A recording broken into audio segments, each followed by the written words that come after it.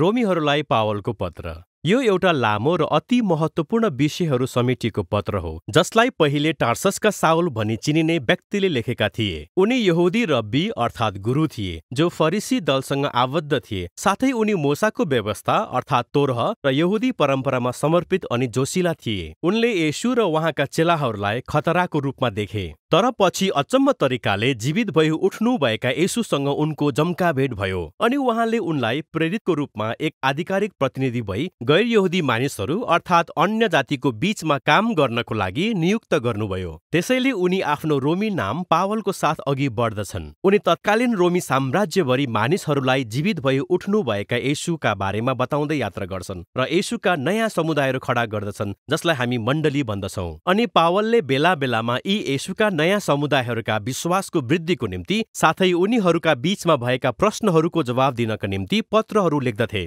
र रोमीको यो पत्र यिनै पत्रहरूमध्ये एक हो। यो वास्तवमै उनको सेवाको अन्तिम समयमा लेखिएको थियो। अनि प्रेरितको पुस्तकबाट हामीलाई यो थाहा हुन्छ कि रोमको मण्डली पहिलेदेखि नै सुरु भएको थियो, जुन येशूका यहुदी र गैर यहुदी चेलाहरूद्वारा स्थापित भएको थियो। तर एक समय रोमी सम्राट क्लोडियसले सबै यहुदी नागरिकहरूलाई रोमबाट निष्कासन गरिदिएका थिए। तर 5 वर्षपछि ती सबै निष्कासित यहुदीहरू साथै येशूलाई पछ्याउने यहुदीहरूलाई पनि फर्कन अनुमति दिइयो। जब उनीहरू फर्केर आए, तब उनीहरूले मण्डलीका अभ्यासहरू गैर यहुदी तरिकाले भइरहेको पाए अनि यो कुराले धेरै तनाव सिर्जना गरेको थियो। त्यसैले पावलको समयमा रोमको मण्डली विभाजित थियो। येशूलाई कसरी पछ्याउनु पर्छ भन्ने सवालमा विश्वासीहरू असहमत भएका थिए। उनीहरू गैर यहुदी ख्रिस्टियनहरूले सब्बातको विधि, शुद्ध भोजनको विधि वा खतनाको विधि पालन गर्नुपर्ने वा नपर्ने भनी विवाद गर्दै थिए। त्यसैले पावलले केही यस्तै विषयहरूलाई सफलतापूर्वक सम्बोधन गर्न यो पत्र लेखेका थिए। उनी यो विभाजित मण्डली एक भई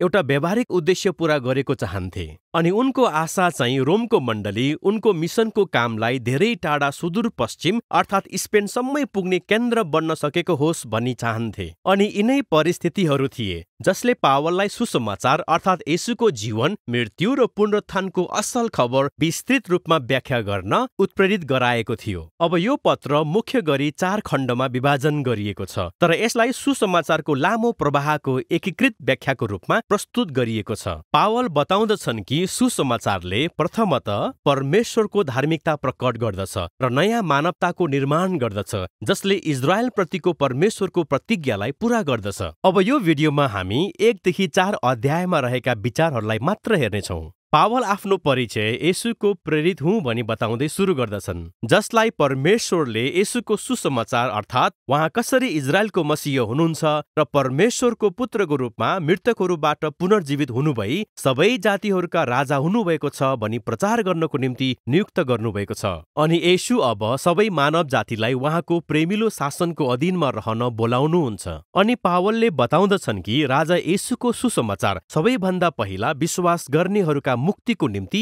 परमेश्वरको शक्ति हो। दोस्रो चाहिँ यसले परमेश्वरको धार्मिकतालाई प्रकट गर्दछ। अब धार्मिकता चाहिँ पावलको निम्ति पुरानो करारको एउटा बहुमूल्य शब्द हो। यो शब्दले परमेश्वरको चरित्रको बयान गर्दछ कि उहाँले सधैँ जे न्यायपूर्ण र ठिक छ त्यो गर्नुहुन्छ, साथै आफ्नो प्रतिज्ञा पूरा गर्न उहाँ विश्वासयोग्य र न्यायी हुनुहुन्छ।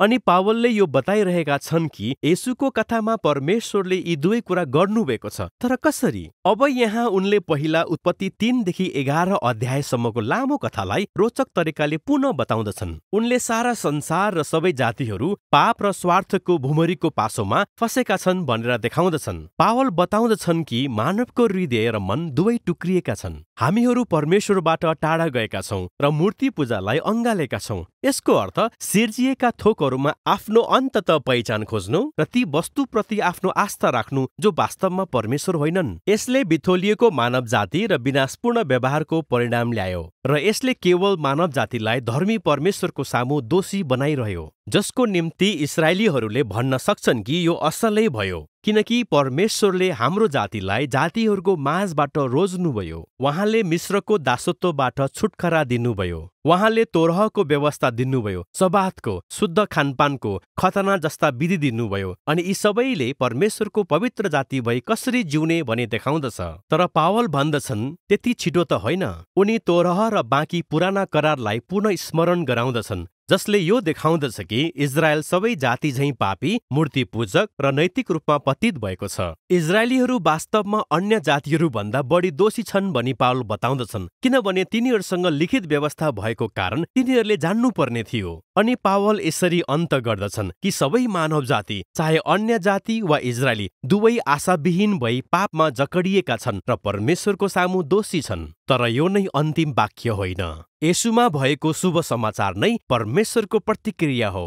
मानव जातिलाई तिनीहरूको दण्ड दिनुको सट्टा इस्राएलको मसीहको रूपमा र सबै मानिसका पापको सट्टामा येशू तिनीहरूको पापको निम्ति बलि भई मर्न आउनुभयो। हाम्रो प्रतिनिधिको रूपमा येशूले हाम्रै कारणले संसारमा ल्याएको दुःख, पाप र मृत्युको उचित परिणाम स्वरूप आफैलाई दिनुभयो र उहाँ मृतकबाट पुनरुत्थान भई विजयी हुनुभयो। उहाँले अरूको लागि आफ्नो नयाँ पुनरुत्थानको जीवन उपलब्ध गराउनुहुन्छ। येशू हामी जस्तै बन्नुभयो ताकि हामी पनि उहाँ जस्तै बन्न सकौं। अनि पावल बताउँदछन् कि यसरी नै परमेश्वरले येशूमाथि विश्वास र भरोसा राख्नेहरू सबैलाई धर्मी ठहराउनुहुन्छ।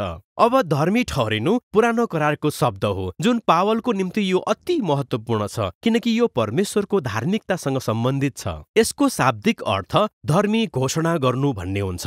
हाम्रो सट्टामा येशूले जे गर्नुभयो त्यसको कारण हामीलाई परमेश्वरको सामु नयाँ ओहदा मिलेको छ। हामीलाई दोषी देख्नुको सट्टा परमेश्वरले त्यस व्यक्तिलाई आफूसँग ठिक सम्बन्धमा रहेको र क्षमा पाएको भनी घोषणा गर्नुहुन्छ। धर्मी ठहरिनुको नतिजा नयाँ परिवारमा हुनु हो। जुन व्यक्तिले येशूमाथि भरोसा राख्दछ उसले परमेश्वरको करारका मानिसहरूको माझमा स्थान पाउँदछ। धर्मी ठहरिनुको नतिजा नयाँ भविष्य पनि हो, जहाँ परमेश्वरको अनुग्रहबाट जीवन परिवर्तनको यात्राको थालनी हुँदछ। अनि धर्मी ठहरिने यी सबै कुरा विश्वासद्वारा ख्रिस्टमा हुनेहरू सबैको निम्ति परमेश्वरको उपहार हो। अनि यही विषयलाई पावलले अध्याय 4 मा यसको गहन प्रभाव परमेश्वरको करारको परिवारमा रहन्छ भन्ने विषयलाई गहिरो प्रकाश पारेका छन्। उनी उत्पत्ति 15 अध्यायमा अब्रामको कथामा फर्कन्छन्। इजरायलीहरूलाई तोराका नियमहरू दिनुभन्दा अघि परमेश्वरका सामु अब्राम धर्मी ठहरिए। तर कसरी? किनभने परमेश्वरले यो प्रतिज्ञा गर्नुभएको थियो कि अब्राहम एक विशाल बहुजातीय परिवारका पिता बन्नेछन्, जसले परमेश्वरको आशिष प्राप्त गर्नेछन्। तर उनी र उनकी पत्नी सारा धेरै वृद्ध भइसकेका थिए। उनीहरू सन्तान पाउन सक्ने अवस्थामा थिएनन्। तथापि अब्राहमले परमेश्वरको प्रतिज्ञामाथि मजबुत विश्वास र भरोसा गरेका थिए। त्यसैले परमेश्वरले उनलाई धर्मी ठहराउनुभयो। त्यसैले पावल बताउँदछन् कि अब अब्राहम परमेश्वरको नयाँ करारीय परिवारका पिता बनेका छन् अनि यो सारा संसारभरि फैलिँदै गइरहेको छ। यो यहुदी र अन्य जातिहरू मिलेर बनेको छ, जससँग एउटै किसिमको विश्वास र भरोसा येशू मसीहमाथि छ, जसले परमेश्वरको प्रतिज्ञा पूरा गर्नुभयो। त्यसैले हामी यहीँ रोकौं र अध्याय 1 देखि 4 सम्मको पावलका मुख्य विचारहरूलाई संक्षिप्तमा हेरौं, किनभने यिनै कुराहरू बाँकी पत्रहरू बुझ्ने आधार हुनेछन्। सबै मानव जाति आशाविहीन भई पापमा फँसेका छन् र उद्धारको खाँचो छ। त्यो उद्धार केवल तोराहका व्यवस्थाहरूको पालनबाट आउँदैन, बरु परमेश्वरको धार्मिक चरित्रले येशूको मृत्यु र पुनरुत्थानद्वारा यस संसारलाई बचाउन र उहाँ आफ्नै निम्ति विश्वासमा आधारित नयाँ करारका मानिसको रूपमा एउटा बहुजातीय अब्रामको परिवार निर्माण गर्न उहाँलाई प्रेरित गरायो। त्यसैले पावलले हामीलाई नयाँ परिवार देखाउन गइरहेका छन् कि यो परिवार निकै बृहत र ठूलो छ, जसलाई पुरै नयाँ प्रकारको जीवनयापन गर्नको निम्ति बोलाइएको छ। अनि यिनै मूल विचारहरू अध्याय 1 देखि 4 मा पावलले रोमीहरूको लागि लेखेको यस पत्रमा केन्द्रित गरिएको छ।